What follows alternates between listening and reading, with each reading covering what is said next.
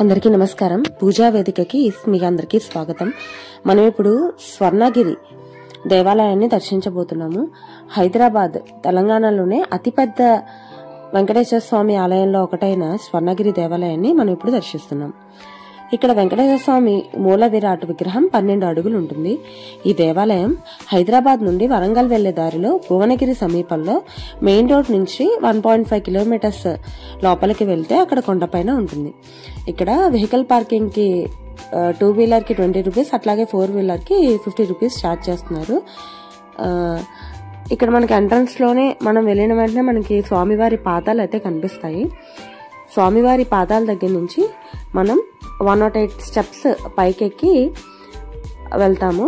అట్లాగే ఈ 108 స్టెప్స్ ఎక్కేటప్పుడు దీనికి అటువైపు దశావతారాల్ని మనం దర్శించుకోవచ్చు. దశావతారాలు ప్రతి ఒక్క విగ్రహం కూడా పాలరాయితోటి వీళ్ళు కార్వ్ చేశారు. చూడటానికి అయితే చాలా స్పెసిఫిక్ గా ప్రతి ఒక్క మైనర్ ఇది చాలా స్పెసిఫిక్ గా కనిపిస్తూ చాలా బాగుంది. ఆ విగ్రహాలన్నిటినీ దర్శించుకుంటూ మనం పైకి వెళ్ళొచ్చు స్టెప్స్ దగ్గర. అలాగే ఈ స్వర్ణగిరి దేవాలయాన్ని యాదాద్రి తిరుపతి అని కూడా పిలుస్తారు. అంటే ఏదో హడావిడిగా వెళ్ళిపోవాలి, చూడాలి, దర్శించుకుని ఫాస్ట్ గా వెళ్ళిపోవాలి అట్లా అని కాకుండా చాలా పెక్యులర్ ఫ్యూచర్స్ అన్నిటినీ చూసుకుంటూ పాజిటివ్ వైబ్ ఉంది. అసలు టెంపుల్ అంతా కూడా చాలా పాజిటివ్ వైబ్ ఉంది. ఇవన్నీ ప్రతి చిన్నది కూడా అడ్రస్ చేసుకుంటూ వెళ్తే చాలా బాగుంటుంది. చాలా చాలా చాలా బాగుంది టెంపుల్ అయితే. దశావతారాలు అన్నమాట ఇవన్నీ చూసుకుంటూ స్టెప్స్ ఎక్కుండాలి. యాక్చువల్గా 108 స్టెప్స్ అంటే అవి బాబోయ్ 108 స్టెప్స్ ఎక్కాలా అన్నట్టుగా లేదు. స్టెప్ కి ఎక్కువగా లేదు, స్టెప్ చాలా చిన్నగా ఉంది. సో 108 స్టెప్స్ ఎక్కినా కూడా పెద్ద అలసటగా అనిపించట్లేదు. పెద్దవాళ్ళైనా సరే చాలా ఈజీగా ఎక్కి వెళ్ళేటట్టుగానే ఉంది. ఈ టెంపుల్ మొత్తం అయితే 22 ఏకర్స్ లో కన్స్ట్రక్ట్ చేయడం జరిగింది.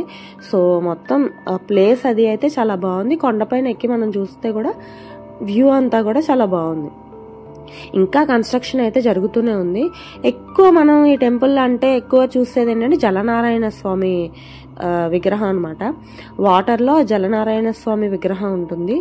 అది కూడా చాలా బాగుంది. దీని జలనారాయణ స్వామి విగ్రహం వెనకాల మనకి దీపాలు పెట్టే స్తూపం లాగా కూడా ఉందన్నమాట. ఎక్కువ జలనారాయణ స్వామి విగ్రహం బాగా పాపులర్ అయింది ఇక్కడ.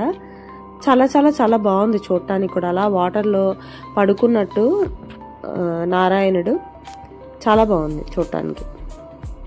టెంపుల్ మెయింటెనెన్స్ అంతా కూడా బాగానే ఉంది. వాష్రూమ్స్ కానీ సరౌండింగ్స్ కానీ టెంపుల్ సరౌండింగ్స్ కానీ అంతా కూడా క్లీన్ గా మెయింటైన్ చేస్తున్నారు. అట్లాగే సమ్మర్ అవడం వల్ల ఎక్కువ మంది వెళ్తారు కదా, దానికి కూడా కన్వీనియంట్ గా వాళ్ళు వైట్ పెయింట్ అంతా వేసేసారు. సో కాళ్ళు అవి కూడా ఏం కాలకుండా కన్వీనియంట్ గానే ఉంది. మొత్తం బ్యూటిఫుల్ గా ఉంది. నడవడానికి చేయడానికి చూడటానికి కూడా బాగుంది.